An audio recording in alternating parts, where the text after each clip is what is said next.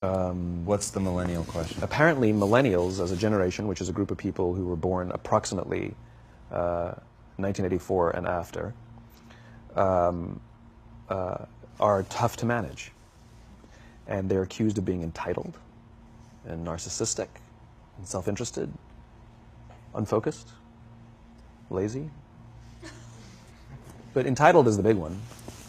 And because they confound leadership so much, what's happening is leaders are asking the millennials, what do you want? And millennials are saying, we want to work in a place with purpose, love that. We want to make an impact, you know, whatever that means. We want free food and beanbags. And so somebody articulates some sort of purpose, there's lots of free food and there's beanbags, and yet for some reason they're still not happy. And that's because they're missing, there's a missing piece. What I've learned is that I can break it down into 4 pieces, right? There are four things, 4 characteristics. One is parenting, the other one is technology, the third is impatience, and the fourth is environment. The generation that we call the millennials, too many of them grew up subject to, not my words, failed parenting strategies, you know? Where, for example, they were told that they were special all the time. They were told that they could have anything they want in life, just because they want it, right? They were told, some of them got into honors classes, not because they deserved it, but because their parents complained. And some of them got A's, not because they earned them, but because the teachers didn't want to deal with the parents. Some kids got participation medals. You got a medal for coming in last, right? Which the science we know is pretty clear, which is it devalues the medal and the reward for those who actually work hard, and it actually makes the person who comes in last feel embarrassed because they know they didn't deserve it, so it actually makes them feel worse, right? So you take this group of people, and they graduate school, and they get a job, and they're thrust into the real world, and in an instant, they find out they're not special, their moms can't get them a promotion, that you get nothing for coming in last, and by the way, you can't just have it because you want it. Right? And in an instant, their entire self-image is shattered. And so you have an entire generation that's growing up with lower self-esteem than previous generations. The other problem, to compound it, is we're growing up in a Facebook, Instagram world. In other words, we're good at putting filters on things. We're good at showing people that life is amazing even though I'm depressed, right? And so everybody sounds tough. And everybody sounds like they got it all figured out. And the reality is there's very little toughness, and most people don't have it figured out. And so when the more senior people say, well, what should we do? They sound like, this is what you got to do. And they have no clue. Right? So you have an entire generation growing up with lower self-esteem than previous generations, right? Through no fault of their own. Through no fault of their own, right? They were dealt a bad hand, right? Now let's add in technology. We know that engagement with social media and our cell phones releases a chemical called dopamine. That's why when you get a text, it feels good, right? So, you know, we've all had it where you're feeling a little bit down or feeling a bit lonely, and so you send out 10 texts to 10 friends, you know, hi, hi, hi, hi, hi, because it feels good when you get a response, right? Right? It's why we count the likes. It's why we go back 10 times to see if my Instagram is growing slower, did I do something wrong? Do they not like me anymore, right? The trauma for young kids to be unfriended, right? Because we know when you get a hit of dopamine, which feels good. It's why we like it. It's why we keep going back to it. Dopamine is the exact same chemical that makes us feel good when we smoke, when we drink, and when we gamble. In other words, it's highly, highly addictive. Right? We have age restrictions on smoking, gambling, and alcohol, and we have no age restrictions on social media and cell phones, which is the equivalent of opening up the liquor cabinet and saying to our teenagers, hey, by the way, this adolescence thing, if it gets you down. But that's basically what's happening. That's basically what's happening, right? That's basically what happened. You have an entire generation that has access to an addictive, numbing chemical called dopamine through social media and cell phones as they're going through the high stress of adolescence. Why is this important? Almost every alcoholic discovered alcohol when they were teenagers. When we're very, very young, the only approval we need is the approval of our parents. And as we go through adolescence, we make this transition where we now need the approval of our peers. Very frustrating for our parents, very important for us. It allows us to acculturate outside of our immediate families into the broader tribe, right? It's a highly, highly stressful and anxious period of our lives, and we're supposed to learn to rely on our friends. Some people, quite by accident, discover alcohol and numbing effects of dopamine to help them cope with the stresses and anxieties of adolescence. Unfortunately, that becomes hardwired in their brains, and for the rest of their lives, when they suffer significant stress, they will not turn to a person, they will turn to the bottle. Social stress, financial stress, career stress, that's pretty much the primary reasons why an alcoholic drinks, right? What's happening is, because we're allowing unfettered access to these dopamine-producing devices and media, basically it's becoming hardwired, and what we're seeing is, as they grow older, too many kids don't know how to form deep, meaningful relationships. Their words, not mine. They will admit that many of their friendships are superficial. They will admit that their friends, that they don't count on their friends, they don't rely on their friends, they have fun with their friends, but they also know that their friends will cancel on them as something better comes along. Deep, meaningful relationships are not there because they never practice the skill set, and worse, they don't have the coping mechanisms to deal with stress. So when significant stress starts to show up in their lives, they're not turning to a person, they're turning to a device, they're turning to social media, they're turning to these things which offer temporary relief. We know, the science is clear, we know that people who spend more time on Facebook suffer higher rates of depression than people who spend less time on Facebook, right? These things balanced. Alcohol is not bad, too much alcohol is bad. Gambling is fun, too much gambling is dangerous, right? There's nothing wrong with social media and cell phones. It's the imbalance, right? If you're sitting at dinner with your friends and you're texting somebody who's not there, that's a problem. That's an addiction.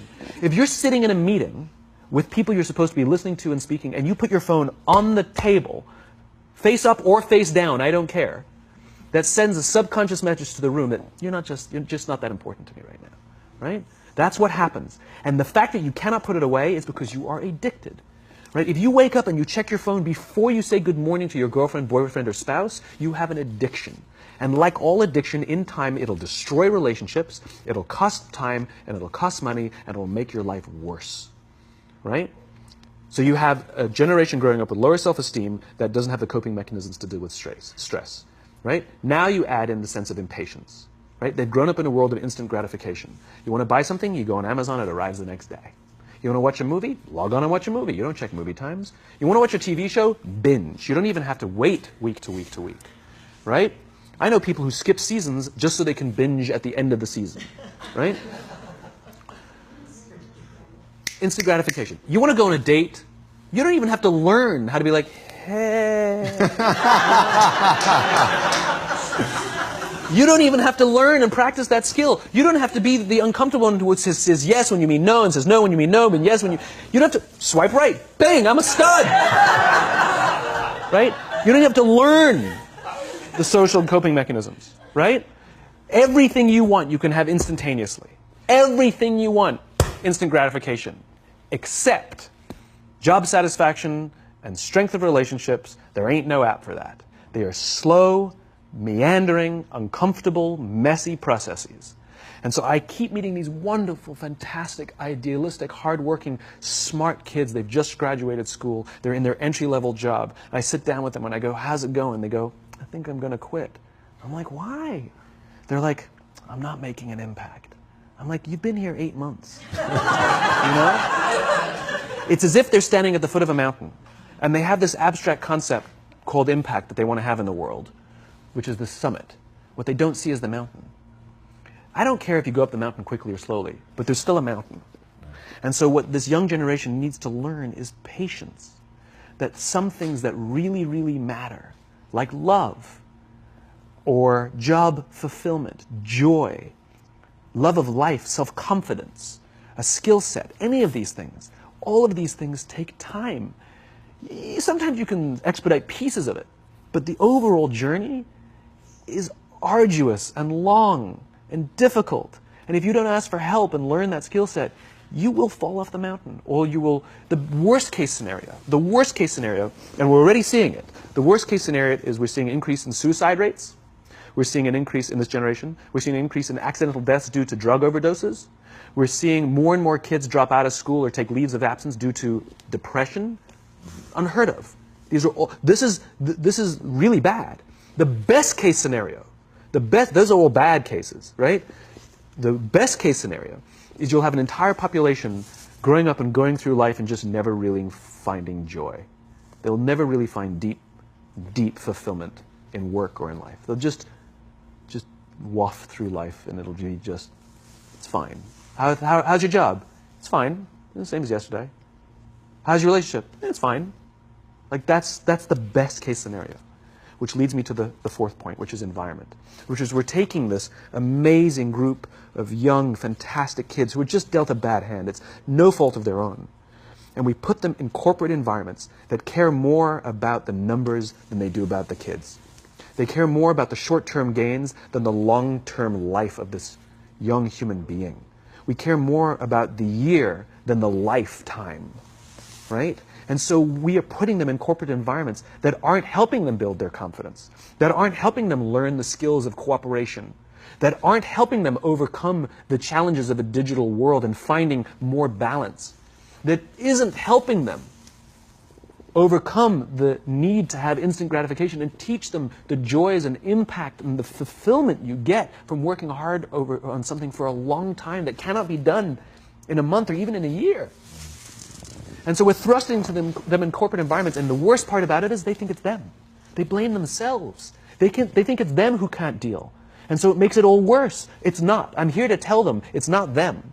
It's the corporations. It's the corporate environments. It's the total lack of good leadership in our world today that is making them feel the way they do.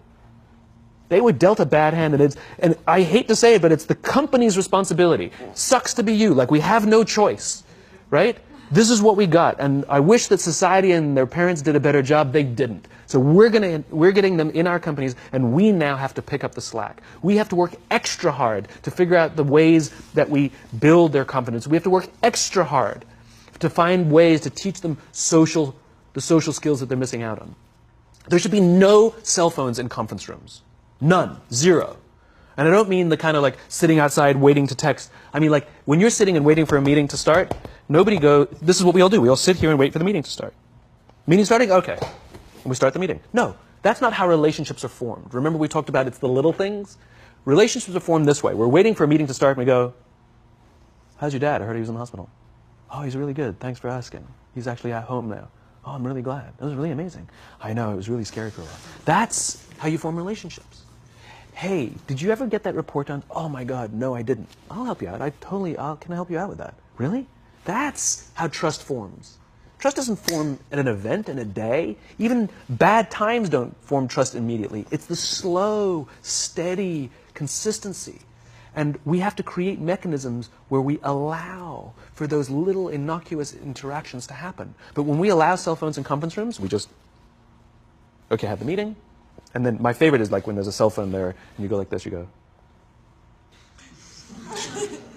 It rings and you go.